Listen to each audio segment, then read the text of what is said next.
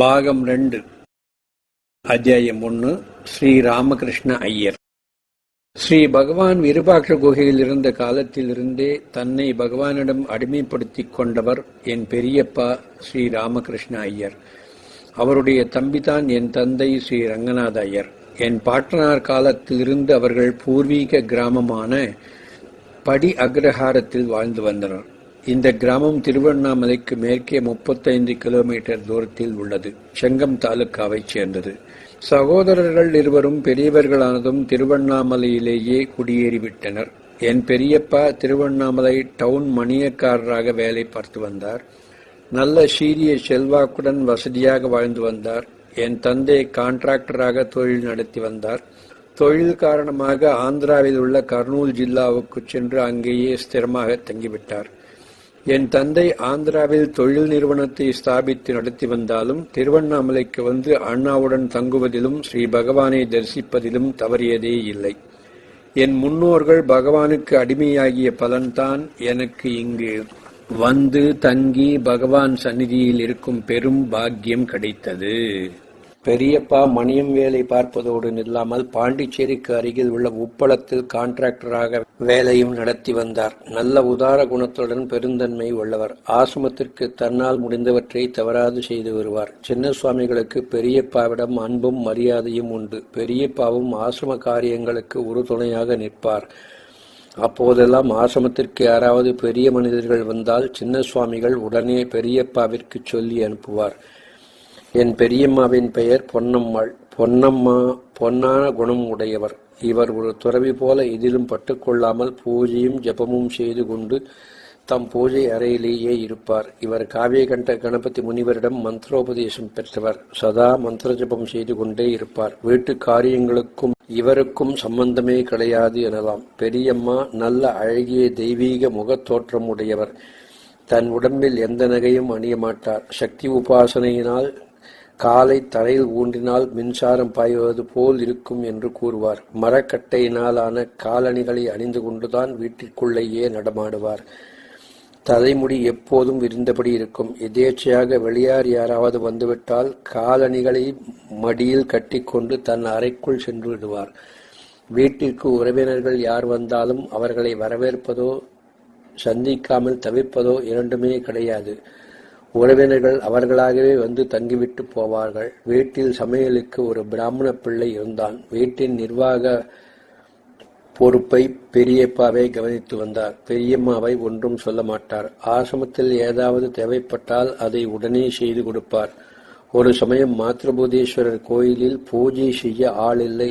சின்ன சுவாமிகள் வீட்டிற்கு சொல்லி அனுப்பினார். உடனே பெரியப்பா வீட்டில் சமையல் செய்யும் பிராமண பிள்ளையை அனுப்பிவிட்டார். ஆசிரம வேலைகள் என்றால் அவ்வளவு சிரத்தை. பெரியம்மாவிற்கு நாயனாவிடம் அளவு கடந்த ஈடுபாடு. நாயனா தன் சிஷ்யர்களுடன் பெரியப்பா வீட்டில் வந்து தங்குவது வழக்கம். அவர்களுக்கு வேண்டிய சாப்பாடு முதலான எல்லா வசதிகளும் ஒரு குறைவும் இல்லாமல் நடந்து வரும். நாயனா திருவண்ணாமலையில் இருந்த காலத்தில் அவர் வீட்டிற்கு ஏதாவது சாமான்கள் தேவைப்பட்டால் பெரியம்மா வேலைக்காரனிடம் தாராளமாக கொடுத்து அனுப்புவார். பெரியப்பா அதை பற்றி எதுவும் கண்டுகொள்ள மாட்டார். அதேபோல் தீபோத்சவம், திருவூடல் போன்ற உற்சவ காலங்களில் சுற்றுப்புற கிராமங்களில் வசிக்கும் உறவினர்கள் வந்து பெரியப்பா வீட்டில் தங்கி சாப்பாடு, குளியல் முதலான எல்லா வசதிகளையும் பெறுவார்கள். அதை பற்றி பெரியம்மா எதுவுமே கேட்டுக்கொள்ள மாட்டார். ஒருவரை ஒருவர் புரிந்து கொண்டு அவரவர் வழியில் அவரவர் காரியங்களை நடத்தி கொண்டு இல்லறம் நடத்திய ஒரு அபூர்வமான தம்பதிகள். இருவருக்குமே எந்த மனக்குறையும் இல்லை. இறைப்பற்றுடன் வாழ்க்கையை நடத்திய இல்லறத் துறவிகள். இந்த அபூர்வ தம்பதிகளின் ஒரே மகன்தான் ராதா என்னும் ராதாகிருஷ்ணன். தாய் தந்தையர்களைப் போலவே இவனும் உலகியலில் ஊக்கம் காட்டாமல் பகவான் வழியில் தன்னை ஈடுபடுத்திக் கொண்டான். ராதாவிற்கு பகவானிடம் அளவு கடந்த அன்பும் பக்தியும் உரிமையும் இருந்தது. கல்லூரி விடுமுறை நாட்களில் திருவண்ணாமலைக்கு வந்து பகவானுடன் கிரிவலம் வருவதும் பகவானுடன் பொழுதை பயனுள்ளதாக போக்குவதுமாக இருப்பான். பகவானுக்கும் ராதாவிடம் மிகுந்த அன்பு உண்டு. உறவினர் வீடுகளில் நடக்கும் எந்த கல்யாணங்களுக்கும் ராதாவோ பெரியம்மாவோ போக மாட்டார்கள். பெரியப்பா தான் தவறாமல் சென்று வருவார்.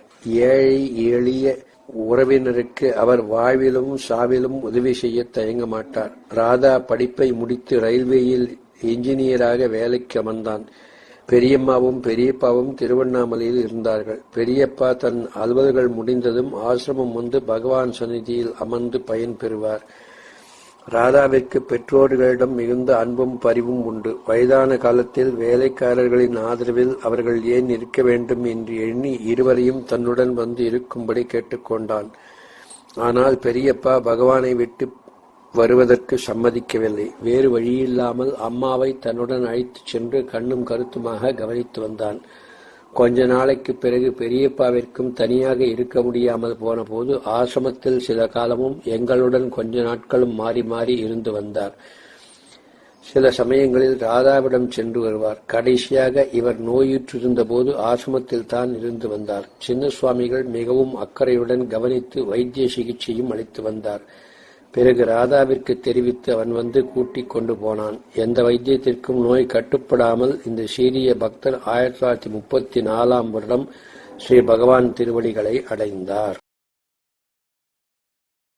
2. ராதா.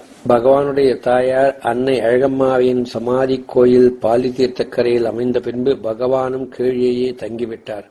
அந்த இடம்தான் இன்று ஸ்ரீ ரமணாசிரமம் என்ற பெயரால் எழிலுடன் விளங்குகிறது. இது அடியார்கள் பலரால் சூழப்பட்டு உலகில் உள்ள நல்லோர் எல்லோரையும் தன்பால் ஈர்த்து தன்மயமாகச் செய்யும் ஸ்பர்சவேதியாக திகழ்கின்றது. இந்த புனித ஆசிரமம் ஆரம்ப காலத்தில் பல சிக்கல்களை சந்திக்க நேர்ந்தது. அப்போதெல்லாம் ராமகிருஷ்ண ஐயர் நல்ல வக்கீல்களை கொண்டு அவற்றை தீர்த்து வைத்திருக்கிறார். ஸ்ரீ ரமணாசிரமத்திற்கும் பாபாஜி மடத்திற்கும் நடந்த வழக்கை சென்னையிலிருந்து வக்கீல்களை தெரிவித்து ஆசிரமத்திற்கு சாதகமாக முடித்து தந்திருக்கிறார்.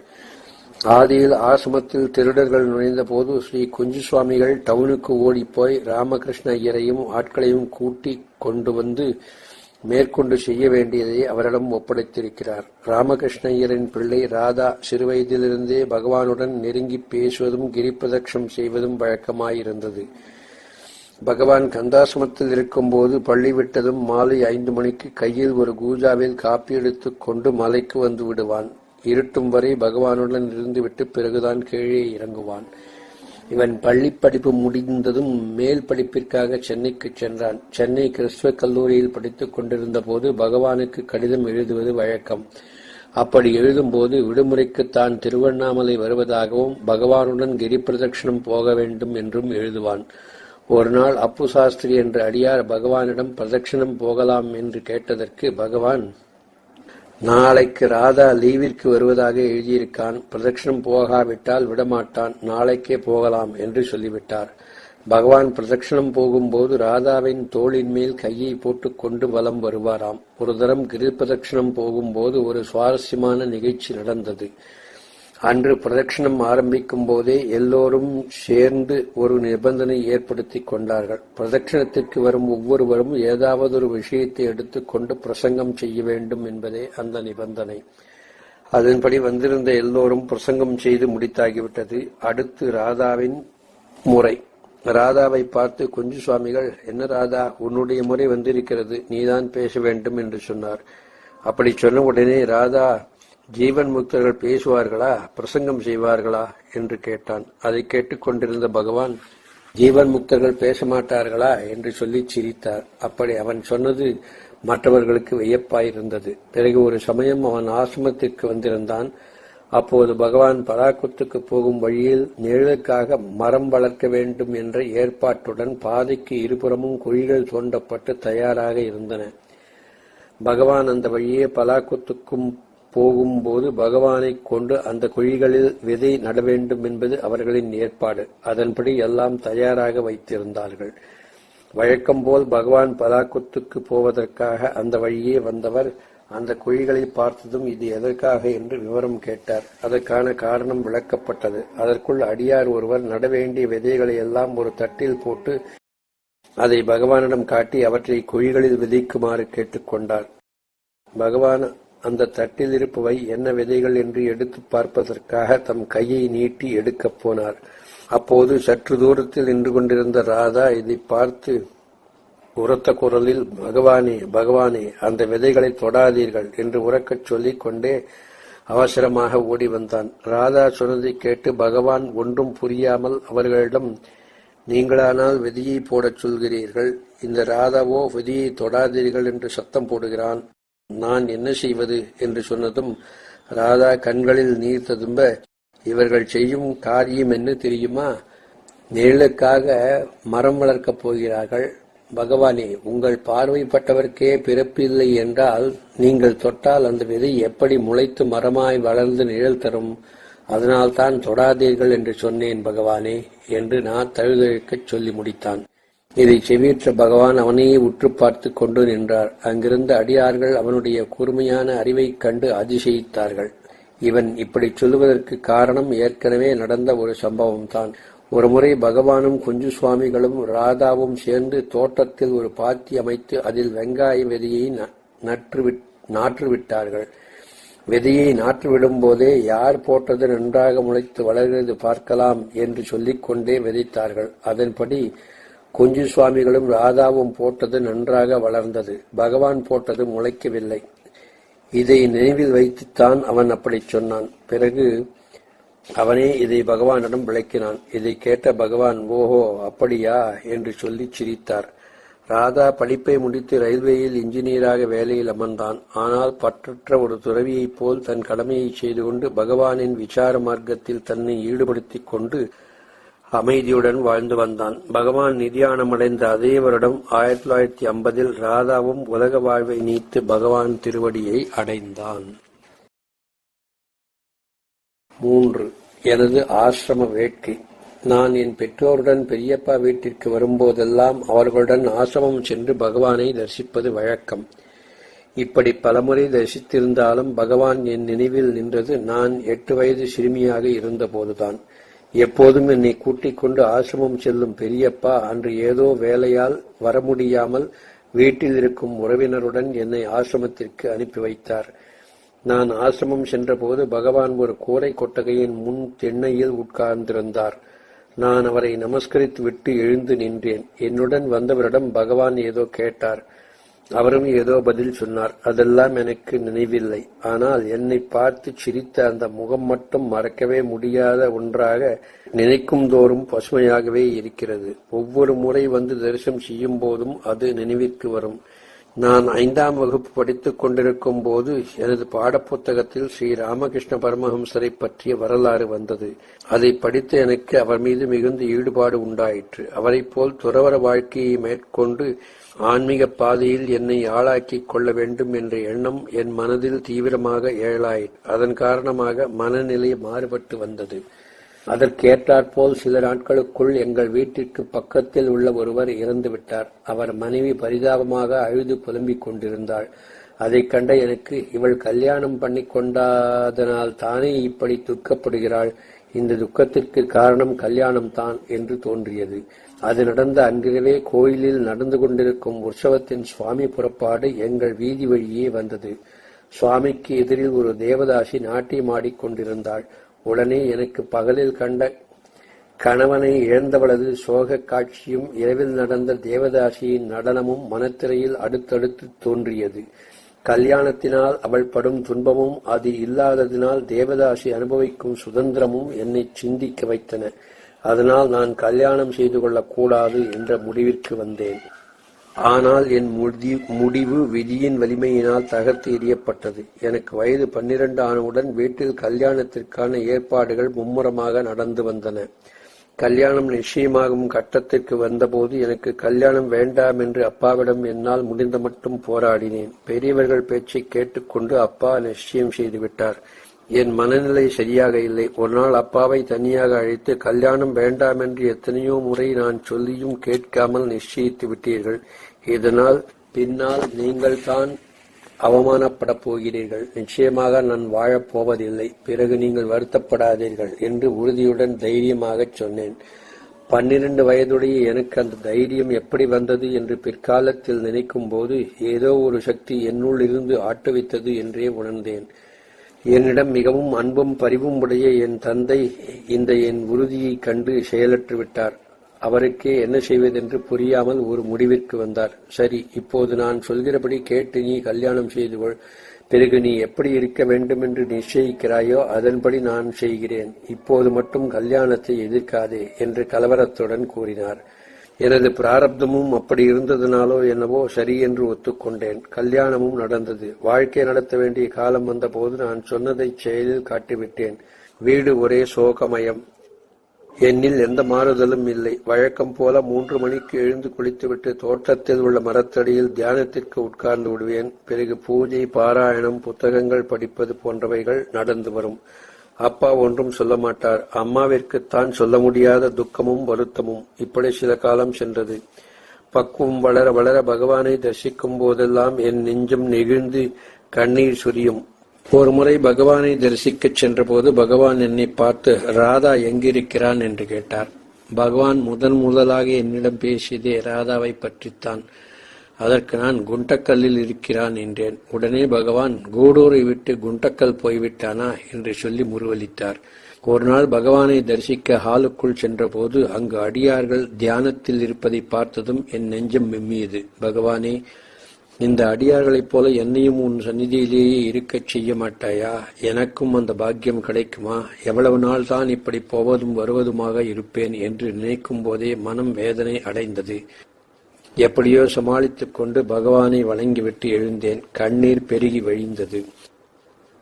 பகவான் எழுந்து நின்று என்னையே உற்று பார்த்த வண்ணம் இருந்தார். அந்த பார்வை நெஞ்சை தொட்டது. ஆனால் என் வேதனையை எடுத்துச் சொல்ல வாக்கும் நாக்கும் மறுத்துவிட்டன. பொதுவாக பகவானை பார்த்தாலே எனக்கு எதுவும் சொல்லவோ கேட்கவோ தோன்றுவதில்லை.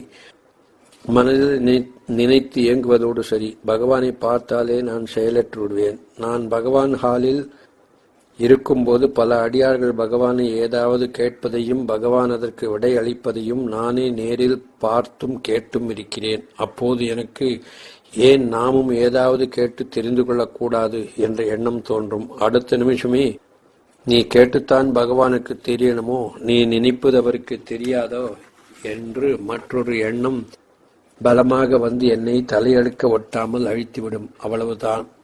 மனம் ஓய்ந்து கேள்விக்கே இடம் இருக்காது. கேட்க வேண்டும் என்று எண்ணம் அடங்கியதும் மனம் செயலிழந்து அவர் சந்நிதியில் கிடக்கும். இப்படி ஒரு விசித்திரமான மனோபாவம் என்னை விழுங்கிக் கொண்டிருந்தது. கருணாநிதியான பகவான் பண்டிதராயினும் பாமரராயினும் யார் எதை கேட்டாலும் பரிவோடு விடையளிப்பார். ஏனோ என் மனநிலை இப்படி மாறுபட்டிருந்தது. இதற்கான காரணம் எனக்கே புரியாத புதிராக இருந்தது. புரியவில்லை என்று தீவிரமாக சிந்தித்து மனம் புலம்புவதும் இல்லை. 1944ஆம் ஆண்டு பகவானை தரிசிக்க வந்தேன். பகவானை கண்டதும் கட்டுக்கடங்காமல் கண்ணீர் பெருகியது. அங்கு சந்நிதியில் தியானத்தில் இருப்பவரை பார்த்ததும் இதைப்போல் இருக்க மனம் மாளா காதல் கொண்டது. பகவான் நம்மையும் இங்கேயே இருக்கும்படி செய்ய மாட்டாரா? ஏன் எனக்கு இந்த கட்டுப்பாடு என்று மனம் ஏங்கியது. பகவானே, என்னையும் உன் சந்நிதியில் இருக்கும்படி அருள வேண்டும் என்று பிரார்த்தனை செய்து பீரிட்டு வந்த அழுகையை அடக்கிக் கொண்டு பகவானையே பார்த்தவாறு ஹாலில் உட்கார்ந்திருந்தேன். பகவான் சாட்சி மாத்திரமாக பார்த்து கொண்டிருந்தார். சில நாள் இருந்துவிட்டு திரும்பும்படி ஆயிற்று. வீட்டிற்கு சென்றதும் என் தந்தையிடம் என்னை ஆசிரமத்தில் தங்கி சாதனை செய்வதற்கு அனுமதிக்குமாறு தீவிரமாக கேட்டுக்கொண்டேன். நான் படும் துயரம் என் பெற்றோர்களையும் வாட்டியது. ஒருவாறு சம்மதம் கொடுத்தார்கள். ஆனாலும் அதற்கு சில காலம் பிடித்தது. நான் அண்ணாமலைக்கு ஸ்திரமாக வருவதற்கு சில நாட்கள் முன்பு எனக்கு ஒரு அதிசயமான அனுபவம் ஏற்பட்டது. வழக்கம்போல் தூங்கிக் கொண்டிருந்தேன். நான் எப்போதும் விடியற்காலை 4 மணிக்கு எழுந்து தியானத்தில் உட்கார்வது வழக்கம். அன்று விடியற்காலை எனக்கு தூக்கமும் இல்லை, நல்ல விழிப்பு நிலையும் இல்லை. இந்த நிலையில் ஒரு அற்புதம் நிகழ்ந்தது. பகவான் என் படுக்கையில் பக்கத்தில் உட்கார்ந்து கொண்டு என் கழுத்திலிருந்து நெஞ்சு வரை தன் கையினால் தடவிக்கொண்டே, நீ எனக்கு என்ன கொடுத்தாய்? ஏன் எனக்கு உன் மீது இவ்வளவு பிரியம் என்று புன்முறுவலுடன் சொல்லிக்கொண்டே தடவிக்கொண்டிருந்தார். பகவான் இவ்வாறே தடவி கொடுத்ததும் என் உள்ளத்தில் ஓர் ஆழ்ந்த அமைதியின் நிறைவு உள்நோக்கி அழுத்தியது. இப்படி எவ்வளவு நேரம் நான் இருந்தேன் என்று குறிப்பாகச் சொல்லத் தெரியவில்லை. நான் எழுந்திருக்கும் நேரம் கடந்து விடவே அந்த பக்கம் வந்த என் மன்னி என்னை எழுப்பி, கனகா, மணி 4 அடித்துவிட்டது, உன் நேரம் வந்தாச்சு, எழுந்திரு என்றவுடன் கண் விழித்தேன். கண் விழித்த பிறகும் அந்த உணர்வு நிலை என் உள்ளத்தை விட்டு அகலவே இல்லை. ஏதோ செய்து கொண்டிருந்தேனே தவிர மனம் மட்டும் அதன் வசமாகவே இருந்தது. மருள் பிடித்தவள் போல் இருந்தேன். என் நிலையை பார்த்த பெற்றோர்களின் மனம் இளகியது. அவர்களுடைய சம்மதத்துடன் 1946ஆம் ஆண்டு அண்ணாமலை ஸ்திர வாசத்திற்கு அடிக்கல் நாட்டினேன். இவ்வாறாக என் ஆன்மீக வாழ்க்கை ஆரம்பமாயிற்று.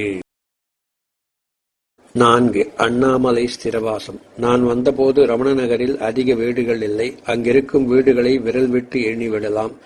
ஆசிரமத்து மேற்கில் போஸ் காம்பவுண்ட் என்று கூறப்படும் மகாஸ்தான். இதற்குள் 8 வீடுகள் இருந்தன. இந்த வீடுகளில் பெரும்பாலும் வடநாட்டுக்காரர்களே குடியிருந்தனர். அதை ஒட்டினாற்போல் மெக்கிவர் பங்களா, டாக்டர் TNK கட்டிடம் ஆகியவை இருந்தன. சற்று உட்பகுதியில் சிலோன் ராமச்சந்திரா வீடு, சாந்தம்மாள் வீடு, அதற்கு பின்புறம் ஒரு பங்களா, அதை தாண்டி கொஞ்ச தூரத்தில் கல்யாணராமன் வீடு, சுப்பிரமணியம் வீடு. இவைகளும் வரிசையாக இருக்காது, அங்கொன்றும் இங்கொன்றுமாக இருக்கும். தட்சிணாமூர்த்தி கோயில் எதிரே செல்லும் தெருவில் ஆனந்தம்மாள் வீடு, சுனிதா சட்டர்ஜியின் வீடு, சப்ரீஜிசார் நாராயணயர் காம்பவுண்ட் முதலியன இருந்தன. அதன் எதிர் வரிசையில் கோமுட்டி லட்சுமி அம்மாள் வீடு, அலமேல் அம்மாள் வீடு. மெயின் ரோடில் மோர்வி கெஸ்ட் ஹவுஸ் என்னும் ஆசிரம விருந்தினர் விடுதி. சமஸ்தானாதிபதிகளுக்கு மட்டுமே தங்க இடம் கொடுப்பதனால் அதற்கு ராஜா கட்டடம் என்ற பெயர் வழங்கலாயிற்று. இதை தாண்டி Pollachi Gounder compound, doctor Syed bungalow, doctor அனந்த நாராயண ராவ் பங்களா. இதற்கு மறுபுறம் ராமநாத ஐயர் வீடு, ராஜகோபால் ஐயர் வீடு, கௌரி அம்மாள், கோகன், தலையார்கான் இவர்களின் வீடு. சற்று பின்புறம் லோகம்மாள் வீடு. ரோடு பக்கம் ராஜு செட்டியார் பங்களா. இவைதான் ரமண நகரில் உள்ள வீடுகள். இவற்றில் பெரும்பாலும் சொந்தக்காரர்களே இருந்தனர். ஏதோ 1-2 வீடுகளைத் தவிர மற்ற வீடுகளில் வாடகைக்கு ரூம்களே கிடையாது. இவற்றிலும் சில முக்கியமான வீடுகளில் தான் மின் வசதி இருந்தது. மற்றபடி குழாயோ தெருவிளக்கோ சீரான பாதையோ எதுவுமே கிடையாது. மழைக்காலங்களில் சப்ரீஜிசார் நாராயணயர் வீட்டிற்கு போகும் பாதை தண்ணீர் ஓடையாக மாறிவிடும். வேலி ஓரம் கல்லும் முள்ளும் பாம்பு புற்றுகளும் மண்டி கிடக்கும். எத்தனையோ நாட்கள் தண்ணீரில் நடக்கும்போது தண்ணீர் பாம்புகள் வளைந்து ஓடும். அதையெல்லாம் தாண்டி வீடு சேர வேண்டும். ரமண நகரில் வீடு கிடைக்கும் வரை திருவண்ணாமலை டவுனில் எங்கள் குடும்பத்துடன் நெருங்கிய தொடர்புடைய ஒரு உறவினர் வீட்டில் தங்கி ஆசிரமத்திற்கு வந்து போய்க் கொண்டிருந்தேன். தினமும் விடியற்காலையில் குளித்துவிட்டு ஆசிரமத்தில் காலை 5 மணிக்கு நடக்கும் வேத பாராயணத்திற்கு வந்து விடுவேன். காலை காப்பியுடன் சிற்றுண்டியும் மத்தியான சாப்பாடும் ஆசிரமத்தில்தான். சாப்பாட்டிற்கு பிறகு மத்தியானம் 12 மணியிலிருந்து 2:30 மணி வரை யார் வீட்டிலாவது தங்கிவிட்டு 3 மணிக்கு ஆசிரமம் வந்துவிடுவேன். மாலை 5 மணிக்கு நடக்கும் வேத பாராயணத்தை கேட்டுவிட்டு 6 மணிக்கு டவுனுக்கு செல்லும் அடியார்களுடன் சென்று விடுவேன். இரவு நேரங்களில் பெண்கள் ஆசிரமத்தில் தங்குவதற்கு வசதி கிடையாது. விடியற்காலையில் தகுந்த துணையின்றி டவுனிலிருந்து ஆசிரமத்திற்கு தனியாக வர முடியாது. ஏனெனில் செங்கம் ரோடில் உள்ள கவர்மெண்ட் ஆஸ்பத்திரி தான் திருவண்ணாமலை டவுனுக்கு எல்லை. அதற்கு பிறகு ஆசிரமம் வரும் வரையில் வீடுகள் கிடையாது. இடையில் அங்கங்கே மரங்கள் அடர்ந்த தோப்புகள் இருக்கும். ஆள் நடமாட்டம் இருக்காது. தினமும் எனக்கு ஆசிரமத்திற்கு துணையாக வந்து போவது அவர்களுக்கும் ஒத்து வரவில்லை. இப்படி 15 நாட்கள் சென்றன. ஆசிரமத்திற்கு அருகில் ஏதாவது இடம் கிடைத்தால் சௌகரியமாக இருக்குமே என்று நானும் எனது உறவினரும் தீவிரமாக வீட்டை தேடி அலைந்தோம். கடைசியாக ஒரு கோமுட்டி லட்சுமி அம்மாள் வீட்டில் சிறிய அறை வாடகைக்கு கிடைத்தது. அந்த அறைதான் அந்த வீட்டின் பின்புறத்தின் எல்லை. அறையின் எதிரே தான் வீட்டின் குப்பை குழி, வேலி எல்லாம். பாம்பு புற்றுகள் நிமிர்ந்து நின்றன. அங்கே அந்த சிறிய ரூம் கிடைத்ததே பெரிய அதிர்ஷ்டம் என்று நினைத்தேன். வீடு கிடைத்ததும் கோயில் மண்டபத்தில் இருக்கும் கடைக்குச் சென்று சமையல் செய்வதற்கான சாமான்களையும் வாங்கிக் கொண்டு ரமணநகர் நிவாசத்தை ஆரம்பித்தேன். பகவான் ரமண நகரில் முதலில் எனக்கு அளித்த இருப்பிடம் இந்த சிறிய அறைதான். 4 மண் சுவர்களும் ஒரே கூரையும் கதவும் தான் இருந்தன. பூனை, எலிகள் வந்து போவதற்கு தாராளமாக இடம் ஒதுக்கப்பட்டிருந்தது. கூரைக்கும் சுவற்றுக்கும் அவ்வளவு இடைவெளி. அந்த சமயத்தில் அந்த இடம் கிடைத்ததே எனக்கு பரம சந்தோஷம். நான் இருந்த காம்பவுண்டில் மொத்தம் 6 குடியிருப்புகள். குழாய், மின் வசதி எதுவும் கிடையாது. கிணற்றில் விடியற்காலையில் எடுப்பவர்களுக்கு தெளிந்த நீர் கிடைக்கும். நேரமானால் வண்டல் கலர்ந்த தண்ணீர் தான். தண்ணீர் இருக்கும் அளவிற்கு ஏற்ப நாம் குளிக்க வேண்டும். 2 நாளைக்கு ஒரு முறை 2-3 பேர் சேர்ந்து மணியக்காரர் கிணற்றுக்கு சென்று துணி துவைத்து கொண்டு வருவோம். துணி துவைக்கப் போகும் நேரம் நடுப்பகல் 12 மணியிலிருந்து 2 மணிக்கு. தோய்த்து வந்த ஈரத்துணிகளையும் வெயிலில் காயப்போட்டு ஆசிரமம் போக முடியாது. வீட்டைச் சுற்றி திறந்த வேலி கிடையாது. அதனால் காய்ந்த மட்டும் போதும் என்று துணிகளை எடுத்து உள்ளே போட்டுவிட்டு 3 மணிக்கு ஆசிரமம் போய்விடுவேன். சமைப்பதற்கு மண்ணெண்ணெய் அடுப்போ கேஸ் ஸ்டவ்வோ கிடையாது. கரி அடுப்பிலோ விறகு அடுப்பிலோ தான் சமையல். சாதம் வடித்து ரசமோ துவையலோ ஏதாவது ஒன்று செய்தால் பெரிய காரியம். விடியற்காலை பாராயணத்திற்கு சென்று விட்டு வீடு திரும்புவதற்கு 6:15 மணி ஆகும். திரும்பவும் 8 மணிக்கு ஆசிரமம் போய்விடுவேன். இலையில் கிடைத்த நேரத்தில் எது முடியுமோ அதை செய்வேன். பாதி நாள் தயிரும் ஊறுகாயும் தான் இருக்கும். சமைத்து வைத்த பாத்திரத்தின் மீது ஒரு ட்ரம்மை கவிழ்த்து மூடி அதன் மேல் ஒரு கல்லையும் தூக்கி வைக்க வேண்டும். அப்படி செய்ய மறந்துவிட்டால் பெரிய எலிகள் வந்து உணவு பாத்திரங்களை தள்ளி பாழாக்கிவிடும். நான் ஸ்திரவாசமாக ஆசிரமம் வந்தபோது கடுமையான ரேஷன் காலம். அரிசி, சர்க்கரை, கெரசின் எல்லாமே தட்டுப்பாடுதான். யுத்த காலமானதனால் பெட்ரோல் கிடைக்காமல் பஸ்களுக்கே கரியை உபயோகித்து வந்தார்கள். இத்தனை அசௌகரியங்களும் ஆசிரமத்திற்கு வந்து ஹாலுக்குள் நுழைந்து பகவானை தரிசித்த மாத்திரத்தில் பஞ்சாய் பறந்துவிடும். பகவானுடைய புன்சிரிப்பில் மனம் மகிழ்ந்து இந்த பாக்கியம் யாருக்கு கிடைக்கும் என்று பெருமிதம் கொள்ளும். பகவானது பார்வைக்கு உள்ள வசீகரம் எழுத்தில் அடங்காது. நேரில் அனுபவித்தவர்கள்தான் அதை உணர முடியும். எதிலும் பற்றற்று எளிய தோற்றத்துடன் அமைதியாய் சோபாவில் அமர்ந்தவாறே தம்மை தரிசிப்பவர்களின் மனதை கொள்ளை கொள்ளும் ஆற்றல் ரமணனுக்கே உரிய ஒரு தனிச்சிறப்பு. நான் பகவான் தரிசனத்திற்காக ஹாலுக்கு வரும்போது தூரத்திலிருந்து பகவானை காணும் போதே என் உடலுக்குள் ஏதோ ஒவ்வொன்றாக அடங்கிவிடுவது போல் ஒரு உணர்ச்சி ஏற்படும். அந்த நிலையில்தான் நடந்து வருவேன். பகவானை நெருங்கும் போது ஒன்றுமில்லா வெற்று உடல் போல் இருக்கும். சில நேரங்களில் என் உடலை நானே இழுத்து கொண்டு வருவது போல் தோன்றும். அந்த மாதிரி சந்தர்ப்பங்களில் சில சமயம் பகவான் என்னையே பார்த்து கொண்டிருப்பார். அந்த பார்வை உள்ளத்தில் ஊடுருவி பாய்ந்துவிடும். பார்வையின் வேகத்தை தாழ முடியாது. சோபா அருகில் கூட செல்ல முடியாமல் இருந்த இடத்திலிருந்தே வணங்கிவிட்டு ஹாலில் தியானத்திற்கு உட்கார்ந்து விடுவேன். அந்த பார்வையின் வேகமானது முயற்சியின்றே மனதை தியானத்தில் ஆழ்த்திவிடும். பகவான் அடிக்கடி எனக்கு அருளும் இந்த உணர்வின் அனுபவத்தை நினைத்து நினைத்து நெஞ்சம் பூரிப்படையும். காலை நேரங்களில் ஹாலில் அவ்வளவாக கூட்டம் இருக்காது. கூட்டம் இல்லாத போது அருகில் சென்று ஏதாவது பகவானிடம் கேட்கலாம் என்று மனதை திடப்படுத்திக் கொண்டு செல்வேன்.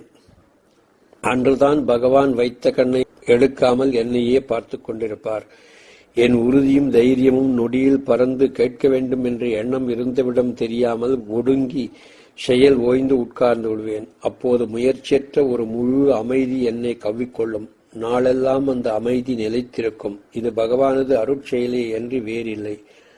பகவானிடம் கேட்டு தெரிந்து கொள்வதில் என் மனம் தயங்கினாலும் அவர் அடியார்களின் கேள்விகளுக்கு விடையாக கூறும் பொன்மொழிகளை கேட்டு அறிவதில் கூர்மையாக செயல்பட்டு அதையே அசை போடும். பகவான் பேசும்போது சுட்டிக்காட்டும் அங்க அசைவுகள் காண்போரின் உள்ளத்தை கொள்ளை கொள்ளும். அவர் சிரிப்பில் நம்மை இழந்து விடுவோம். பகவானது ஒவ்வொரு சொல்லும் செயலும் நம்மை அவர்பால் ஈர்த்து சிந்திக்கச் செய்யும் உபாயமாகும். அவர் யாருக்கும் எந்தவித உபதேசமும் செய்ததில்லை. ஆனால் தமது அருட்கண்ணோக்கத்தால் அடி அடைந்தார்க்கு உபதேசத்தின் அனுபவத்தையே அளிக்கக்கூடிய ஆற்றல் மிக்கவர். நயன தீட்சை. அன்னை அழகம்மையின் சமாதி கோயில் அழகுறக் கட்டி முடித்து 17/3/1949 நாள் மகா கும்பாபிஷேகம் வெகு சிறப்பாக நடந்தேறியது. சமாதி கோயிலின் முகமண்டபத்தில் பகவான் அமர்வதற்கென்றே ஒரு சிம்மாசனம் ஒரே கல்லில் செதுக்கப்பட்டு மிக அற்புதமாக படைக்கப்பட்டிருந்தது. அந்த சிம்மாசனத்தின் அழகிய வேலைப்பாடும் நயமும் பார்ப்போரை பிரமிக்கச் செய்யும். பகவான் கொஞ்ச காலம் இந்த சிம்மாசனத்தில் அமர்ந்திருந்து அடியார்க்கு தரிசனம் தந்து அருள் பாலித்தார். சிம்மாசனத்தின் இருமருங்கிலும் எதிர்ப்புறமும் அடியார்கள் அமர்ந்திருப்பார்கள். ஹாலுக்கு கிழக்கு பகுதியில் ஆண்களும் மேற்கு பகுதியில் பெண்களும் அதேபோன்று எதிர்ப்புறமும் உட்காருவது வழக்கம். பகவானது அருள் நோக்கத்திற்காக ஏங்கும் அடியார்கள் அவர் சந்நிதியில் அமர்ந்து அவரையே நோக்கிய வண்ணம் உவகை மேலிட்டவராய் உள்ளம் பூரித்துப் போவார்கள். பகவான் சோபாவிற்கு அருகில் முன்வரிசையில் பெரும்பாலும் சலுகை உள்ள பக்தர்கள்தான் உட்கார்ந்திருப்பார்கள். என்னை போன்றவரெல்லாம் பின்புறம் உட்கார்ந்திருப்போம். முன்வரிசையில் எவ்வளவு பேர் உட்கார முடியும்? போஸ் காம்பவுண்டிலிருந்து வரும் ராணி முஜும்தார் என்ற பெங்காலி மாதும் நானும் பகவானுக்கு எதிரே தெற்கு பக்கம் உள்ள ஜன்னலுக்கு அடியில் உட்கார்ந்திருப்போம். நாம் எங்கு உட்கார்ந்திருந்தாலும் பகவான் பார்வை நம்மேல் படாமல் இருக்காது. சமநோக்குள்ள பகவானுக்கு சேய்மையும் அண்மையும் ஒன்றே. ஒரு நாள் காலை நேரம் முன்வரிசையில் யாரும் உட்காராமல் காலியாக இருந்தது. உடனே ராணி முஜும்தார் என்னிடம், நாம் போய் முன்வரிசையில் உட்காரலாமே, அங்குதான் யாருமே இல்லையே என்றாள். அவள் சொன்னதும் எனக்கு சபலம் வந்தது. நானும் சரி என்று அவளும் பகவான் சோபாவிற்கு எதிரில் போய் உட்கார்ந்தோம். நாங்கள் இருவரும் சென்றதை பார்த்த காமேஸ்வரம்மாவும் வந்து எங்களுடன் முன்வரிசையில் உட்கார்ந்து கொண்டாள். நான் பகவானை பணிந்து எதிரே உட்கார்ந்ததும் பகவான் என்னையே உற்று பார்த்த வண்ணம் இருந்தார். பகவான் வேறு எங்காவது பார்க்கும்போது நாம் அவரை பார்ப்பது எளிது. அவர் நம்மை நேருக்கு நேர் உற்று பார்க்க ஆரம்பித்தால் அதை தாங்குவது அசாத்தியம். பகவான் உற்று பார்க்கும் பார்வையானது நம் கண்களினூடே ஊடுருவிச் சென்று நம் உணர்வை உள்ளத்தில் அழித்துவிடும். அந்த பார்வையை தாங்காது நம் கண்கள் தானாகவே மூடிக்கொள்ளும். என்னை உற்று பார்க்க ஆரம்பித்த பகவானின் பார்வை என்னை விட்டு அகலவே இல்லை. பகவானது கண்ணோக்கத்தை சிறிது நேரம் நேருக்கு நேர் சந்தித்த எனக்கு உணர்வு ஒடுங்கி அந்த பார்வையை தாங்க முடியாமல் கண்கள் மூடிக்கொண்டன.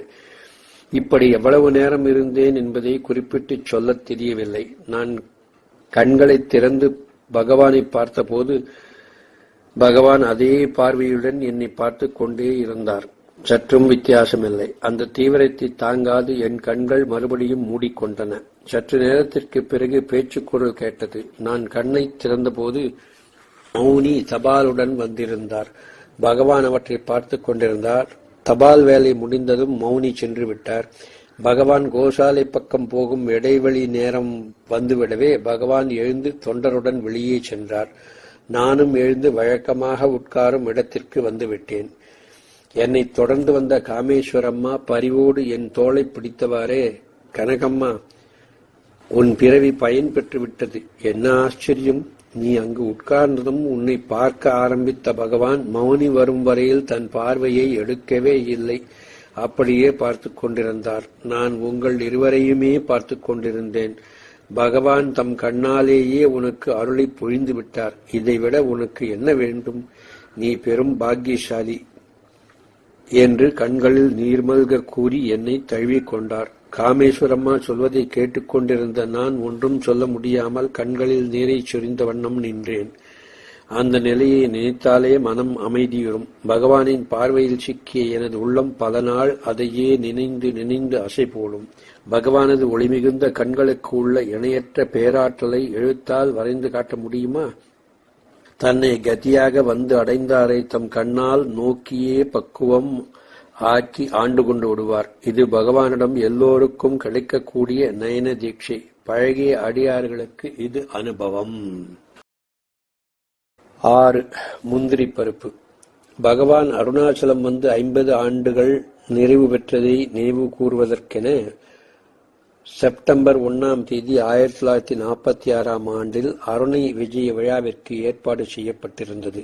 பகவானுடைய பழைய ஹாலுக்கு மேற்கு புறத்தில் வடக்கு தெற்காகவும் கிழக்கு மேற்காகவும் மிகப்பெரிய கீற்று கொட்டகை இதற்கென்றே அமைக்கப்பட்டது. பொன்விழாவின் நிகழ்ச்சி நிரல்கள் யாவும் இந்த கொட்டகையில்தான் நடைபெற்றன. பிற்பாடு இது ஜூப்ளி கொட்டகை என்ற பெயருடன் வழங்கலாயிற்று. பொன்விழா முடிந்த பிறகு பகவான் பெரும்பாலும் பகல் நேரத்தில் இந்த கொட்டகையில்தான் இருந்து வந்தார். காரணம், பக்தர்கள் நிறைய பேர் தாராளமாக உட்கார இடம் இருந்தது. பழைய ஹாலில் இருக்கும்போது கூட்டம் அதிகமாக இருந்தால் அடியார்கள் வெளி வராந்தாவிலும் மேற்கு பக்கம் உள்ள ஜன்னலுக்கு அருகிலும் உட்கார்வது வழக்கம்.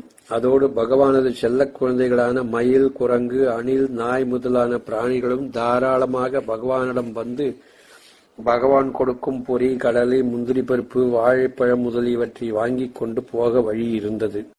அவற்றை பார்க்கும்போது நமக்கு அந்த பாக்கியம் இல்லையே என்று தோன்றும்.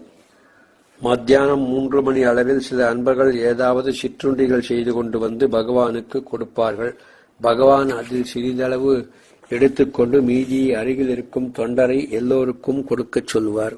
இப்படி அடிக்கடி நடப்பதுண்டு. இதை பார்த்து எனக்கு நாமும் ஏதாவது பகவானுக்கு கொடுக்கலாமே என்ற எண்ணம் தோன்றியது.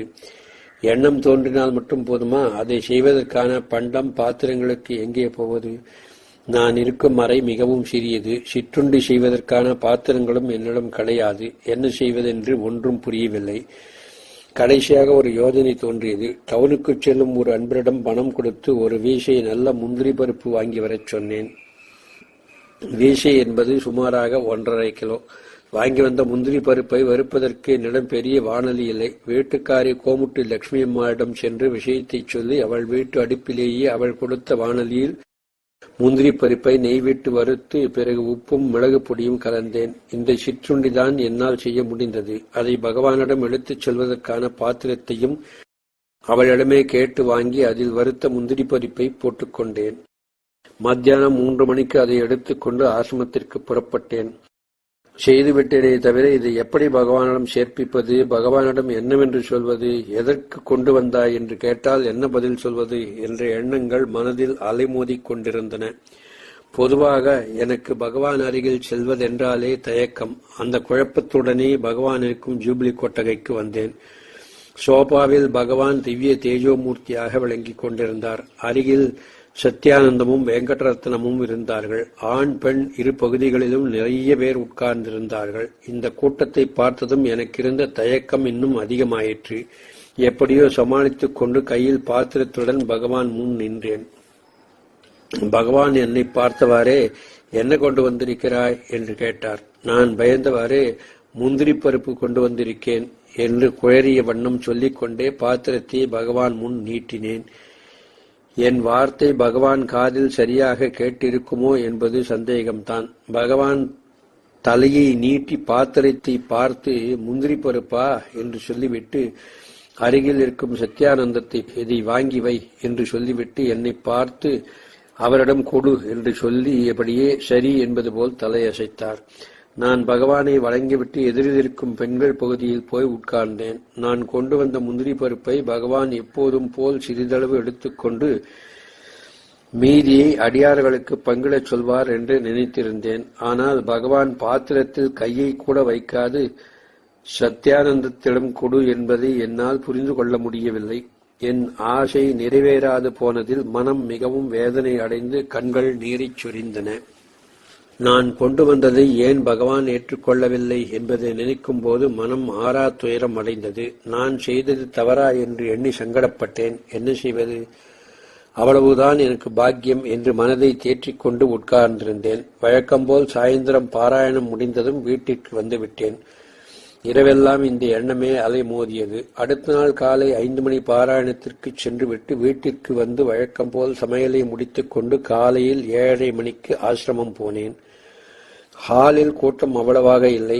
நான் பகவான் சோபாவிற்கு அருகில் சென்று நமஸ்கரித்துவிட்டு எழுந்தேன். பகவான் பார்வை என்னை எதிர்பார்ப்பது போல் தோன்றியது. எழுந்து நின்று என்னை பார்த்ததும் அருகில் இருந்த சத்யானந்தம் பக்கம் திரும்பி அவரிடம் பகவான், இட்லி பலகாரத்துடன் முந்திரி பருப்பு போட்டார்கள் என்று இவகிட்டே சொல்லியாச்சா என்று கேட்டார். அதற்கு அவர், இனிமேதான் சொல்லணும் என்றார். பகவான் என் பக்கம் திரும்பி, இட்லியோட போட்டாச்சு என்று கருணையுடன் தலையசைத்து பகர்ந்தார். இதை கேட்ட எனக்கு உள்ளம் நெகிழ்ந்து உடல் புல்லரித்தது. நேற்று பட்ட மனவேதனைக்கு இன்று கிடைத்த பரிசை நினைந்து மனம் பூரித்து போனேன். பிறகு வெங்கடரத்னம் என்னிடம் கூறியது, அக்கா, நேற்று கூட்டம் நிறைய இருந்ததனால் எல்லோருக்கும் போதுமா என்று நினைத்து உடனே விநியோகம் செய்யாமல் வாங்கிவை என்று சொல்லி இருக்கலாம் என்று சொன்னார். அப்படியும் இருக்கலாம். எப்படியோ என் மனம் மிகவும் திருப்தி அடைந்தது. 7. தந்தியின் செய்தி. 1946 வருடம் நான் அண்ணாமலைக்கு ஸ்திரவாசமாக வந்தேன். நான் இங்கு வருவது வீட்டில் இருக்கும் என் பெற்றோர்களுக்கு மிகவும் கவலையாக இருந்தது. காரணம், இளமை பருவத்தில் தகுந்த துணையின்றி தனியாக இருப்பதுதான். எனது தீவிரத்தை பார்த்து ஏதோ சரி என்று சொன்னார்களே என்று மனப்பூர்வமாக இல்லை. நான் அண்ணாமலைக்கு புறப்பட்டு வரும்போது என் தந்தை என்னிடம் கூறியது, நீ பகவானை தரிசனம் செய்து கொண்டு சாதனை செய்யப் போகிறாய். ஆனால் நான் உன்னை வரும்படி கடிதம் எழுதினால் நீ இங்கு வந்து போக வேண்டும் என்று பாசப்பிணைப்பினால் கூறி வழி அனுப்பினார். நானும் சரி என்று சொல்லி அவரை சமாதானப்படுத்தினேன். நான் திருவண்ணாமலை வந்து லட்சுமி அம்மாள் வீட்டில் ஜாகை வைத்துக் கொண்டு தவறாது ஆசிரமம் வந்து பகவானை தரிசித்துக் கொண்டு தியானத்தில் ஈடுபட்டேன். எனக்கு யாரிடமும் தொடர்பு கிடையாது. யாருடனும் பேசவும் மாட்டேன். எங்கும் போவதும் கிடையாது. என் வேலையோடு சரி. நான் இங்கு வந்து சில மாதங்களுக்கு பிறகு ஒரு நாள் என் தந்தையிடமிருந்து ஒரு தந்தி வந்தது. அதில் அவருக்கு உடல் நலம் இல்லை என்றும் உடனே என்னை புறப்பட்டு வரும்படியும் செய்தி அனுப்பியிருந்தார். தந்தியை பார்த்து எனக்கு என்ன செய்வதென்று தோன்றவில்லை. நான் இருக்கும் வீட்டின் மற்றொரு பகுதியில் குடியிருக்கும் அப்பு சாஸ்திரியிடம் தந்தியை காட்டினேன். அப்பு சாஸ்திரி காவியகண்ட கணபதி முனிவரின் சீடர். என் அப்பாவையும் பெரியப்பாவையும் நன்கு அறிந்தவர். உடனே அவர் தந்தியை எடுத்துக்கொண்டு என்னையும் கூட வரச் செய்து பகவானிடம் அழைத்துச் சென்றார். பகவான் சோபாவில் உட்கார்ந்திருந்தார். அப்பு சாஸ்திரி தந்தியை பகவானிடம் காட்டி விஷயத்தை சொன்னார். அதை பார்த்த பகவான், உடம்பு சுகமில்லை, உடனே வரும்படி தந்தி வந்திருக்கு, இவளை யார் ஸ்டேஷனுக்கு அழைச்சிட்டு போய் ரயில் ஏற்றுவா என்று அவரிடமே கேட்டார். அதற்கு அப்பு சாஸ்திரிகள், அதற்கு நான் ஏற்பாடு செய்கிறேன் பகவானே என்று சொன்னார். பகவான் சரி சரி என்று சொல்லிவிட்டு என்னை பார்த்து, போய்விட்டு வா என்று கை அசைத்தபடியே சொன்னார். பகவான் யாரிடம் எந்த காரியத்தை சொன்னாலும் உடனே செய்ய காத்திருக்கிறார்கள். அதில் துளிகூட சந்தேகமில்லை. ஆனால் பகவான் அப்படி யாரையும் குறிப்பிட்டு இதை நீ செய் என்று சொல்லும் வழக்கமே கிடையாது. கர்த்தத்துவ பாவமே இல்லாத பகவான் யாரை பார்த்து எதை செய்யச் சொல்லுவார்? அப்பு சாஸ்திரியிடமே நீங்கள் போய் கனகாவை ரயில் ஏற்றிவிட்டு வாருங்கள் என்று சொல்லலாமே. ஆனால் அப்படி சொல்லவில்லை. அவராக நான் ஏற்பாடு செய்கிறேன் என்று சொன்ன பிறகுதான் சரி சரி என்று சம்மதம் தெரிவித்தாரே என்று தானாக சொல்லவில்லை. இந்த பற்றற்ற செயலை எதனுடன் ஒப்பிடுவது? பிறகு அப்பு சாஸ்திரியும் நானும் வீட்டிற்கு வந்தோம். சாயங்காலம் 6 மணிக்கு காட்பாடி செல்லும் ரயிலில் எங்களை அனுப்புவதற்கு வேண்டிய ஏற்பாடு செய்து தெரிந்த ஒரு மாட்டு வண்டிக்காரனை வரச் சொல்லி என்னை அவன் வண்டியில் ஏற்றி அனுப்பி வைத்தார். நானும் மனக்கவலுடன் ஸ்டேஷனுக்கு சென்றேன். ரயில் வந்ததும் அதில் ஏறி காட்பாடியில் சென்று வண்டி மாறி அடுத்த நாள் எங்கள் ஊருக்கு வந்து சேர்ந்தேன். அப்பாவின் உடம்பு கவலைக்கிடமில்லாமல் குணமாகி இருந்தது. இதற்கிடையில் நான் ஸ்டேஷனுக்கு போனதும் இன்னொரு தந்தி வந்திருக்கிறது. அதை அப்பு சாஸ்திரி பிரித்து பார்த்ததில் அப்பாவிற்கு உடம்பு தேவலை, நீ இப்போது வரவேண்டாம் என்று இருந்திருக்கிறது. உடனே அவர் அதை கையில் எடுத்துக்கொண்டு பகவானிடம் சென்று படித்து காட்டியிருக்கிறார். உடனே பகவான், யாராவது ஸ்டேஷனுக்கு போய் தந்தி விவரம் சொன்னால் கனகா திரும்பி வந்து விடுவாள், யார் போவா என்றாராம். அங்கிருந்த அடியார் ஒருவர், ரயில் வந்திருக்கும் என்று சொன்னதும் இதற்குள் வந்திருக்குமா என்று பகவான் கேட்டாராம். மேற்கொண்டு அதை பற்றி அங்கு யாரும் ஒன்றும் முனைந்து பேசாததனால் விஷயம் அதோடு நின்றுவிட்டது. மேலும் 2 மைல் தூரத்தில் இருக்கும் ஸ்டேஷனுக்கு போய் வருவதற்கு ஆசிரமத்து அருகில் வண்டி ஒன்றும் கிடையாது. நினைத்தபடி எப்படி வர முடியும்? ஸ்டேஷனுக்கு போக வேண்டுமானால் வண்டிக்கு முதலிலேயே சொல்லி வைக்க வேண்டும். இந்த விஷயமெல்லாம் அப்பு சாஸ்திரிகள் எனக்கு விவரமாக கடிதம் எழுதியிருந்தார். அதை படித்து பார்த்த எனக்கு அழுகையும் சந்தோஷமும் ஒரே சமயத்தில் வந்து உணர்ச்சி வசப்பட்டேன். பகவானுடைய கருணை மொழிகள் என் காதில் நேராக ஒலித்தது போல் இருந்தன. பகவானது அபார கருணையும் பற்றற்ற செய்கையுமே நம்மை அவர்பால் கவர்ந்து ஈர்க்கின்றன. அப்பு சாஸ்திரியின் கடிதத்தை அப்பாவிடம் படித்து காட்டினேன். அதற்கு அப்பா, நான் அவசரப்பட்டு தந்தி கொடுத்து விட்டேன். தந்தி கொடுத்த பிறகு உடம்பு குணமானது போல் தோன்றியது. பாவம், நீ அவ்வளவு தூரத்திலிருந்து வரவேண்டுமே என்று நினைத்து வரவேண்டாம் என்று மறுபடியும் தந்தி கொடுக்கச் சொன்னேன். அதற்குள் நீ புறப்பட்டிருக்கிறாய். சரி, பரவாயில்லை, என்னோடு தான் கொஞ்ச நாள் இருந்துவிட்டு போயேன் என்று பரிவுடன் கூறினார். 8. எழுந்திரு. அன்னையின் கோயிலுக்கு முன்பகுதியில் உள்ள புதிய ஹாலில் கருங்கல் சிம்மாசனத்தில் பகவான் கொஞ்ச காலம் வீற்றிருந்தார். சிம்மாசனத்திற்கு வலதுபுறம் பெண்கள் உட்கார்ந்திருப்பார்கள். பகவான் தம் திருவடிகளை அந்த பக்கம் நீட்டி சோபாவில் சாய்ந்திருப்பார். நாம் அங்கு உட்கார்ந்தால் அவரது திருவடி நிழலில் அமர்ந்திருப்பது போல தோன்றும். பெண்கள் உட்காரும் இந்த இடத்தின் மூலையில் வெளியே செல்வதற்கு ஒரு வாசற்படி இருந்தது. ஒரு நாள் காலை நேரத்தில் நான் அப்பகுதியில் உட்கார்ந்து தியானத்தில் இருந்தேன். வழக்கம் போல மௌனி தபாலை எடுத்துக்கொண்டு பகவானிடம் வந்திருக்கிறார். பகவான் தபால்களை பார்த்து முடித்துவிட்டு கோசாலை பக்கம் போகும் நேரம் வந்துவிடவே தமது முழங்காலுக்கு தைலம் தேய்த்து கொண்டு சோபாவை விட்டு இறங்கி வெளியே போவதற்கு ஆயத்தமாகி இருக்கிறார்.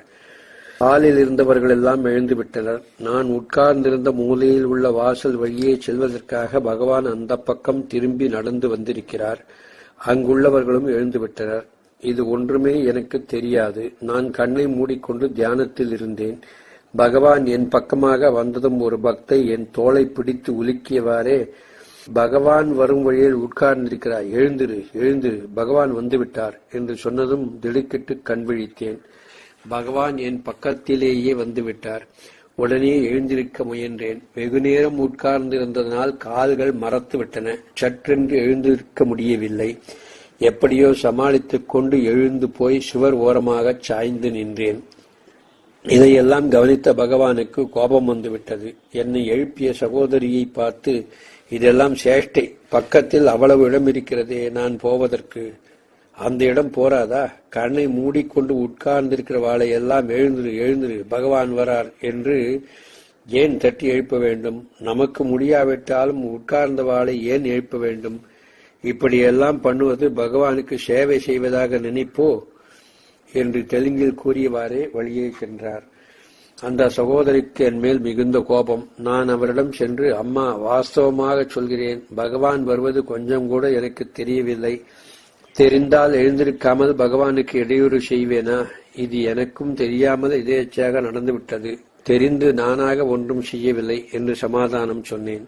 ஆனால் அந்த சகோதரி கூறியது என்னை திடுக்கிடச் செய்தது.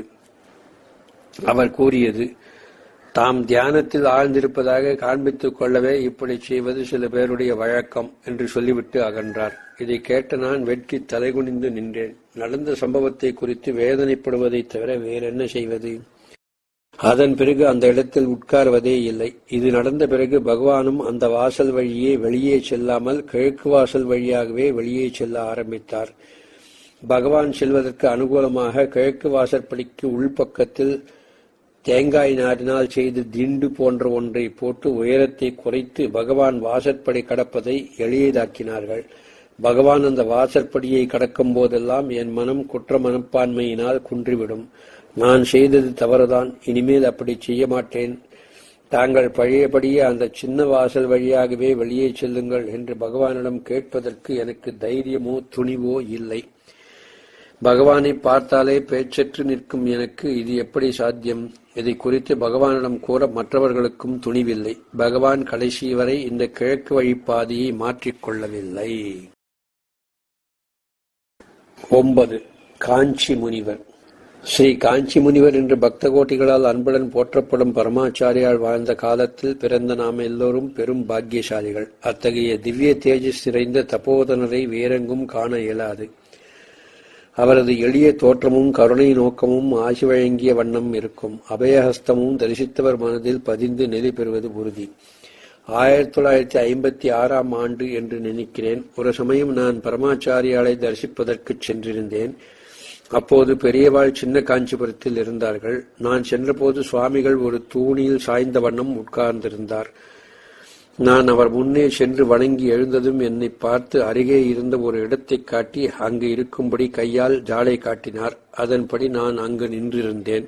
அதன் பிறகு நிறைய பக்தர்கள் சுவாமிகளை வந்து வணங்குவதும் தம் குறைகளை சொல்லுவதுமாக இருந்தார்கள். பெரியவாள் அத்தனை பேருக்கும் கண்ணால் ஆறுதலும் கையால் ஆசியும் வழங்கிய வண்ணம் இருந்தார்.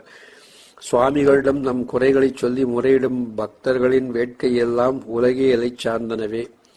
சில பேர் தம் உடலை வருத்தும் நோயை பற்றியும் அதனால் சேர்ந்த இயலாமையை பற்றியும், சில பேர் தம் பிள்ளைகள் தம்மை பராமரிப்பதில்லை என்றும், இன்னும் சில பேர் தம் பெண்களுக்கு கல்யாணமாக வேண்டும் என்றும், பிள்ளைகளுக்கு உத்தியோகம் கிடைக்க வேண்டும் என்றும், இன்னும் இவை போன்ற குறைகள் என்னென்ன உள்ளனவோ அத்தனையும் சுவாமிகளிடம் சொல்லி அதற்கான அனுகிரகத்தை யாசித்த வண்ணம் இருந்தனர். சுவாமிகளும் அவரவர்களுக்கு ஏற்றவாறு ஆறுதல் கூறியும் ஆசி அருளியும் வந்தார். அருகில் நின்று கொண்டிருந்த நான் இதையெல்லாம் பார்த்து கொண்டிருந்தேன். வெகு நேரமாகியும் சுவாமிகள் என்னை கவனித்ததாகவே தெரியவில்லை. ஏன் என்னை இருக்கும்படி ஜாடை காட்டினார் என்பதும் எனக்கு புரியவில்லை.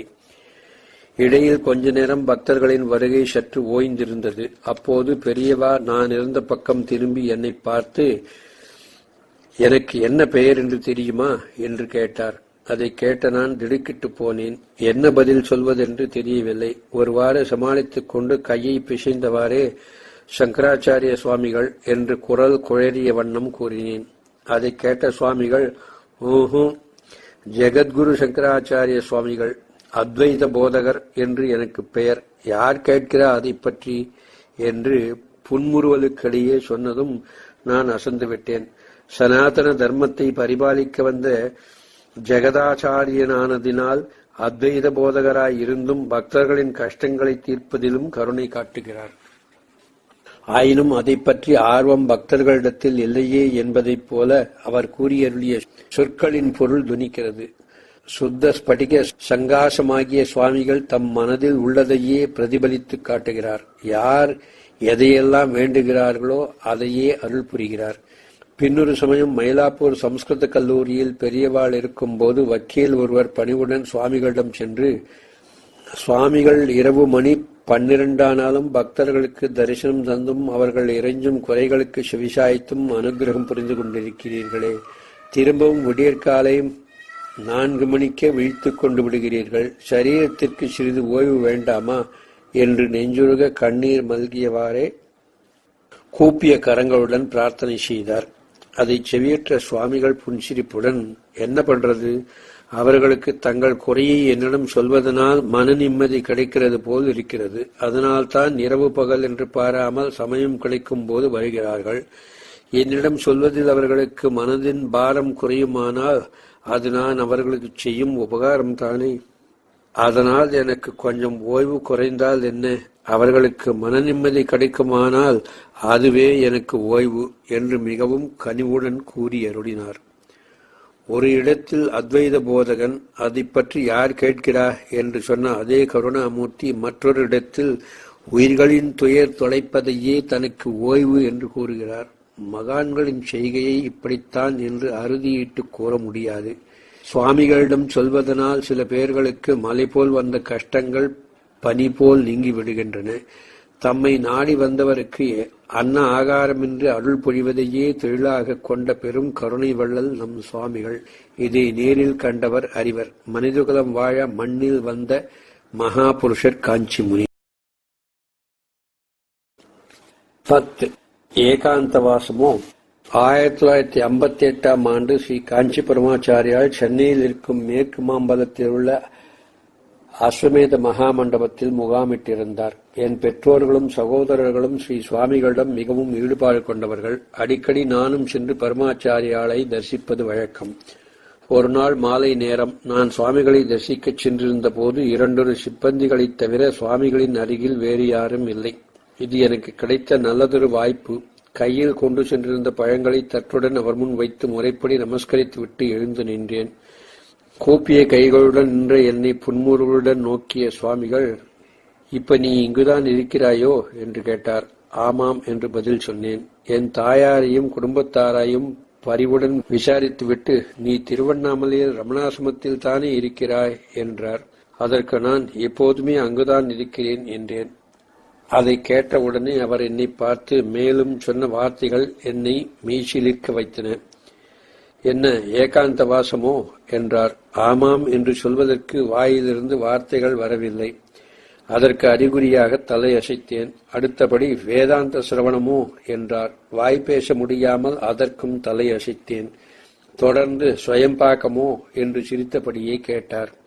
அடுத்தடுத்து சுவாமிகள் கேட்ட இந்த 3 கேள்விகளையும் செவியுற்ற நான் வியப்பில் ஆழ்ந்து ஒருவாறு சமாளித்துக் கொண்டு, பெரியவாதான் அப்படியே இருப்பதற்கான அனுகிரகம் பண்ணணும் என்று கண்ணீர் மல்க கூறி நின்றேன். சரி சரி என்று கையை அமர்த்தி கருணையோடு பார்த்து ஆசீர்வதித்தார். சுவாமிகள் என்னை பார்த்து வேதாந்த சிரவணமோ என்று கேட்கும் தருணத்தில் நான் முருகனார் சுவாமியிடம் ஓய்வில் ஒடுக்கம் என்ற வேதாந்த நூலுக்கு பாடம் கேட்டுக் கொண்டிருந்தேன். ஏகாந்த வாசமும் ஸ்வயம்பாக்கமும் ஏற்கனவே என் வாழ்க்கையின் நடைமுறையில் இருந்தவையே. இப்படி தினசரி நடந்து கொண்டிருந்த 3 சம்பவங்களையும் அப்படியே படம் பிடித்து காட்டுவது போல் 3 கேள்விகளில் பரமாச்சாரியால் அடக்கி கூறிவிட்டார்.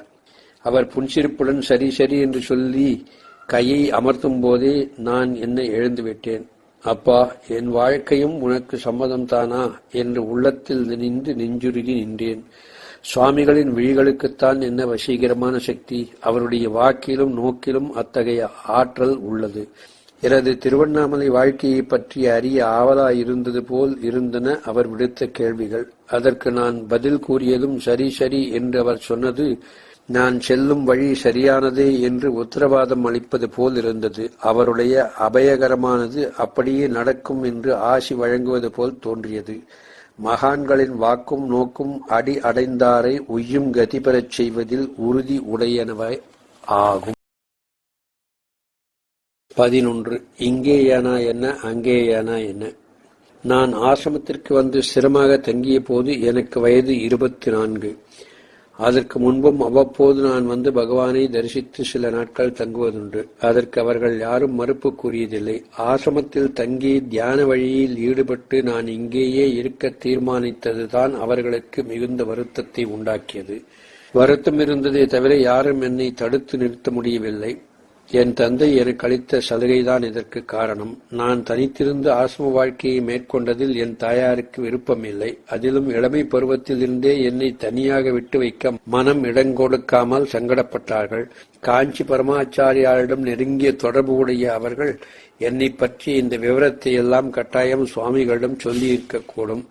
அதனுடன் என்னை குடும்ப வாழ்க்கையில் ஈடுபடச் செய்யும்படி சுவாமிகளிடம் பிரார்த்தனையும் செய்திருக்கலாம். நான் பலமுறை ஆச்சாரிய சுவாமிகளை தரிசிக்கச் சென்றிருக்கிறேன். ஆனால் அவர் ஒருபோதும் எனது வாழ்க்கை முறையை பற்றி நேர்முகமாகவோ மறைமுகமாகவோ ஒரு நாளும் குறைவாக கூறியதே இல்லை. உலகியலுக்கு மாறாக என் ஆசிரம வாழ்க்கையை ஏன் மேற்கொண்டாய் என்று கேட்டதே கிடையாது.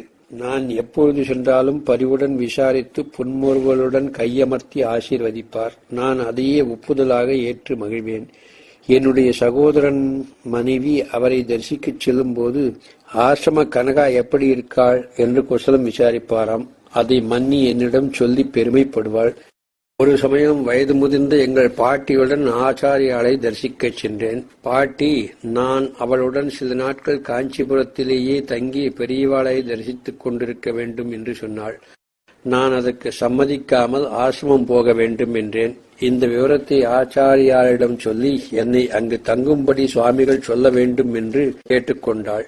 பாட்டி சொன்ன வார்த்தைகளை கேட்ட மகான் புன்முறுவலுடன் இங்கேயானா என்ன, அங்கேயானா என்ன என்று என்னை பார்த்தவாறே அன்புடன் கூறி அருளினார்.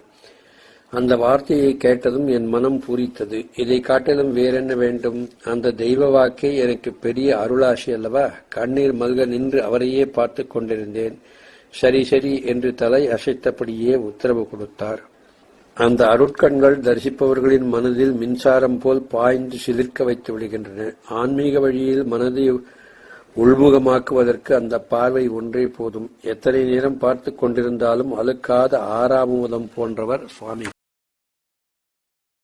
12. பத்ரி யாத்திரை. 1958ஆம் ஆண்டு காஞ்சி பரமாச்சாரியால் சென்னை மயிலாப்பூர் சம்ஸ்கிருத கல்லூரியில் முகாமிட்டிருந்தார். நான் அடிக்கடி சென்று தரிசனம் செய்வதுடன் இரவு நேரங்களில் அவர் செய்யும் உபன்யாசங்களையும் தவறாது கேட்டு வந்தேன். அந்த வருடம் என் தாயார், பாட்டி, அண்ணாவின் மகன் எல்லோருமாக பத்ரி யாத்திரை செல்ல திட்டமிட்டிருந்தார்கள். அதற்கு முன்பே 1956ஆம் ஆண்டு சுவாமி ராஜேஸ்வரானந்தா, டாக்டர் TMP மகாதேவன், நான் இன்னும் சில பேருமாக சேர்ந்து பத்ரி யாத்திரை சென்று வந்தோம். அதனால் இப்போது நான் அவர்களுடன் செல்லவில்லை. என் பாட்டி, அம்மா, அண்ணா முதலானோர் பத்ரி யாத்திரை செல்வதற்கான உத்தரவு பெறுவதற்காக சுவாமிகளிடம் சென்று விஷயத்தை சொல்லி அவர் அருளை வேண்டி நின்றார்கள். இவர்களை பார்த்த சுவாமிகள், யார் யார் போகிறீர்கள், எங்கெங்கு செல்கிறீர்கள் என்று கேட்டு யாத்திரையின் விவரமெல்லாம் தெரிந்து கொண்டு, ஏன் கனகா உங்களுடன் வரவில்லையா என்று விசாரித்தாராம். அதற்கு என் தாயார், அவள் ஏற்கனவே போய் வந்துவிட்டாள், அதனால் இப்போது வரவில்லை என்று சொல்லிவிட்டாள் என்றாராம். உடனே சுவாமிகள் வீட்டிற்கு ஆள் அனுப்பி என்னை வரவழைக்கும்படி சொன்னாராம். அங்கிருந்து ஆள் வந்து சொன்னதும் நான் உடனே சென்றேன். என்னை பார்த்ததும் சுவாமிகள், நீ இவர்களுடன் பத்ரி யாத்திரைக்கு போகவில்லையா என்றார். நான் பயந்தவாறே, ஏற்கனவே நான் போய் வந்து விட்டேன், போகாதவர்கள் போனால் அவர்களும் பார்த்த மாதிரி இருக்குமே என்றுதான் போகவில்லை என்றேன். நான் சொன்னதை கேட்ட சுவாமிகள் சிரித்தபடியே, பார்த்தவர்கள் பார்க்காதவர்களுடன் கூட சென்றால் அவர்களுக்கெல்லாம் விவரமாக காட்ட முடியும். புதிதாக போகிறவர்களுக்கு விவரம் தெரியாது. மேலும் பாட்டி, அம்மா எல்லோரும் வயதானவர்கள். அதனால் நீயும் அவர்களுடன் கட்டாயம் போக வேண்டும் என்று கச்சிதமாக உத்தரவு போட்டுவிட்டார். அவர் வாக்கிற்கு மறுபேச்சில்லாமல் அப்படியே செல்கிறேன் என்று நான் சொன்னதும் சுவாமிகள் பாட்டியை பார்த்து, சரிதானே, கனகா வரேன் என்று சொல்லிவிட்டாள். அவள் முன்பே பார்த்ததனால் எல்லாம் விவரமாக காட்டுவாள். சௌகரியமாக போய்விட்டு வாருங்கள் என்று அந்த மூதாட்டியிடம் சொன்னதும் பாட்டிக்கு சந்தோஷம் தாங்கவில்லை. பெரியவா அனுகிரகம் என்று சொல்லி ஆசியுடன் விடை பெற்றாள். மறுநாள் நான் சுவாமிகளை தரிசிக்கச் சென்றபோது கூட்டம் அவ்வளவாக இல்லை. சுவாமிகளை நான் நமஸ்கரித்து எழுந்ததும் என்னை நோக்கிய சுவாமிகள் பிரயாணத்திற்கான ஏற்பாடுகளை எல்லாம் கேட்டு தெரிந்து கொண்டு, நீங்கள் யாத்திரை செல்லும் போது அந்தந்த க்ஷேத்திரத்தில் உள்ள மூர்த்தியின் பெயர், தீர்த்தத்தின் பெயர் எல்லாம் இங்கு வந்த பின் எனக்கு விவரமாகச் சொல்லுவியா என்று புன்முறுவலுடன் கேட்டார். முடிந்தவரையில் நினைவு வைத்துக் கொண்டு சொல்ல முயற்சிக்கிறேன் என்று பயந்தவாறே கூறினேன். சுவாமிகளின் அருளாசியை பெற்று நாங்கள் யாத்திரை புறப்பட்டு டில்லி வழியாக முதலில் சென்ற இடம் குருக்ஷேத்திரம். அன்று ஆடி அமாவாசை. புண்ணிய தீர்த்தமாகிய ஜோதிசாரத்தில் நீராடிவிட்டு முன்னோர்களுக்கு ஜலதர்ப்பணம் செய்யப்பட்டது. அங்கிருந்து ஹரித்வார், ரிஷிகேசம், பத்ரிநாத் முதலான க்ஷேத்திரங்களை தரிசித்து காசிக்கு வந்தோம். காசியில் 10 நாள் இருந்து அங்கு செய்ய வேண்டியவை எல்லாம் செய்து முடித்துக் கொண்டு கயா, அலகாபாத், அயோத்தி முதலானவற்றை பார்த்து கொண்டு உஜ்ஜயினி வந்து சேர்ந்தோம்.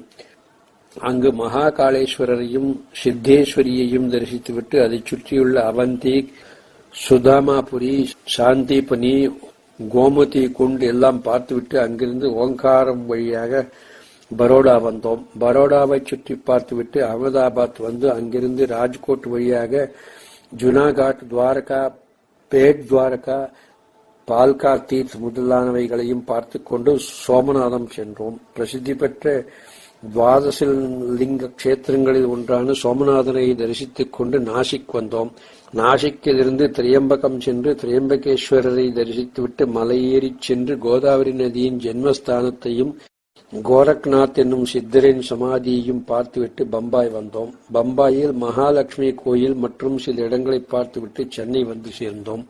சுவாமிகளின் ஆசியினால் எந்த ஓர் இடையூறும் இல்லாமல் சௌகரியமாக வந்து சேர்ந்தோம். சென்னை வந்ததும் சுவாமிகளுக்காக கொண்டு வந்த கங்கா தீர்த்தம், பத்ரி சந்தன பிரசாதம், இன்னும் சில கோயில்களின் விபூதி பிரசாதம் எல்லாம் எடுத்துக்கொண்டு சுவாமிகளிடம் சென்றோம். பழம், தேங்காய்களுடன் எல்லாவற்றையும் அவர் முன் வைத்து பணிந்து நின்றோம். சுவாமிகள் மிகவும் ஆதரவுடன் பார்த்து, பத்ரி யாத்திரை சம்பூர்ணமாயிற்றா? எல்லா யாத்திரையும் செய்து முடித்தீர்களா? திருப்தி தானே என்று பாட்டியிடம் கேட்டார். அதை கேட்டதும் பாட்டி உணர்ச்சி வசப்பட்டு விட்டாள். அந்த கனிந்த பார்வையின் கருணை உணர்விற்கு மட்டுமே எட்டக்கூடியது. எங்கள் பாட்டிக்கு 93 வயது. இந்த மூதாட்டி இத்தனை இடங்களையும் சுற்றி பார்த்து வந்தது சுவாமிகளின் பூரண அனுகிரகம்தான். பாட்டியும் அம்மாவும் மிகுந்த ஆச்சாரமுடையவர்கள். எங்கும் எதையும் வாங்கி சாப்பிட மாட்டார்கள். எல்லா இடத்திலும் சமையல் செய்துதான் சாப்பிடுவது வழக்கம். அதற்கென்றே ஒரு உறவுக்கார பாட்டியை அழைத்துச் சென்றோம். அவர் சமையலை கவனித்துக் கொண்டதால் மிகவும் சௌகரியமாக இருந்தது. இதன் பிறகு 2 நாள் கழித்து மடத்தில் இருந்து ஒரு ஆள் வந்து பெரியவா என்னை வரச் சொன்னதாகச் சொன்னார். பெரியவா சம்ஸ்கிருத கல்லூரியில் தான் இருந்தார். நாங்கள் இருப்பது ஆழ்வார்பேட்டை. அவர் உத்தரவுப்படி நான் அவரை தரிசிக்கச் சென்ற போது தரிசனத்திற்காக வந்த கூட்டம் ஏராளமாக இருந்தது. பெரியவா ஒரு தட்டின் இருந்து கொண்டு தரிசனம் கொடுத்துக் கொண்டிருந்தார். நான் வெகு நேரம் நின்று பார்த்துவிட்டு அங்கிருந்த உறவினர் வேதப்பிரியிடம் நான் வந்த விவரத்தை சொல்லி சுவாமிகளுக்கு தெரிவிக்கும்படி சொன்னேன். அவர் போய் சொன்னதும் பெரியவா என்னை வரச் சொன்னதாக அழைத்துச் சென்றார். சுவாமிகள் வணங்கி நின்று என்னை நோக்கி புன்முறுவலுடன் பத்ரிநாத் யாத்திரையை பற்றியும் மற்ற க்ஷேத்திராடனங்களை பற்றியும் பிரயாண சௌகரியங்களை பற்றியும் விசாரித்தார். நாங்கள் சென்று வந்த மூர்த்தி, தீர்த்தம், தலம் முதலிய விவரங்களை ஒன்றுவிடாமல் கேட்டார். நானும் அவர் கேட்டவைகளுக்கெல்லாம் பதில் சொல்லி வந்தேன். உஜ்ஜயினி நகரத்திற்கு அருகாமையில் ஒரு இடம் இருக்கிறது. அங்கு ஒரு பெரிய அரசமரத்தின் அடிப்பாகத்தில் ஹனுமானை போன்ற உருவம் மரத்துக்குள்ளிருந்தே புடைத்துக் கொண்டு எழும்பியிருக்கிறது. பார்ப்பதற்கு ஹனுமானை போன்றே இருக்கிறது. அது ஒரு காட்டுப்பகுதி. பக்கத்தில் மலையை தொட்டாற்போல் ஒரு நதி ஓடுகிறது. யாத்திரிகர்கள் எல்லாம் வந்து தரிசித்து விட்டு போகிறார்கள். நாங்களும் போய் தரிசனம் செய்தோம். நான் அங்கிருந்த ஒருவரை பார்த்து அந்த நதியின் பெயர் என்ன என்று கேட்டேன். அவர் அதன் பெயர் விப்ரா என்றார். மேற்கண்ட விவரமெல்லாம் சுவாமிகளிடம் சொல்லிவிட்டு அங்கிருந்த நதியின் பெயர் விப்ரா என்று சொன்னார்கள் என்றேன். உடனே பெரியவா நிமிர்ந்தவாறு, என்ன பெயர் சொன்னால் இன்னொரு தரம் சொல்லு என்றார். நான் திரும்பவும் விப்ரா என்றேன். அதை கேட்டதும், அங்குள்ளவா அப்படி சொல்றா போல இருக்கு, அதன் பெயர் ஷிப்ரா என்று திருத்தி கூறினார். மேலும் தொடர்ந்தார். உஜ்ஜயினியில் மகாகாளேஸ்வரரை தரிசனம் செய்யும் போது உனக்கு எப்படி இருந்தது என்றார். சுவாமிகள் இந்த விவரத்தை குறிப்பாக கேட்டதும் எனக்கு ஆச்சரியமாக இருந்தது.